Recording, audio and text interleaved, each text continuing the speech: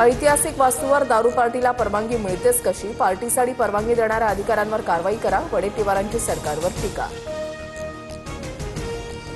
कुणी स्वतःला बाहुबली समजू नका. अनेकांना आम्ही निवडून दिलंय. लोक पैसे घेतात आणि मत ज्यांना द्यायचं त्यांनाच देतात. समझने वाले को इशारा काफी है. प्रफुल्ल पटेलांचा रोख पुढाकडे. प्रफुल्ल पटेलांचं वक्तव्य संविधानाची खिल्ली उडवणारं. असे विचार लोकशाहीसाठी हानिकारक. खासदार सुप्रिया सुळेंची टीका.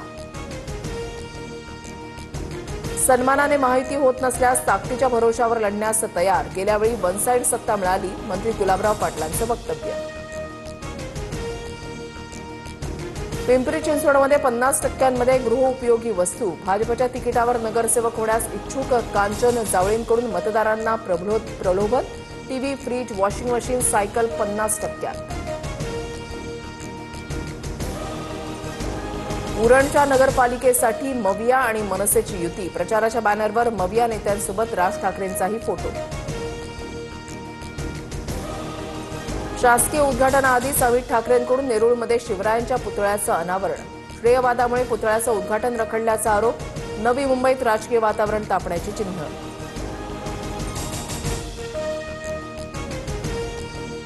बीडमध्ये अजितदादांना मोठा धक्का. आमदार योगेश क्षीरसागरांचा पत्नीसह भाजपमध्ये पक्षप्रवेश. पक्षातील लोकांकडून होत असलेल्या षडयंत्रांमुळे राजीनामा. क्षीरसागरांचं स्पष्टीकरण.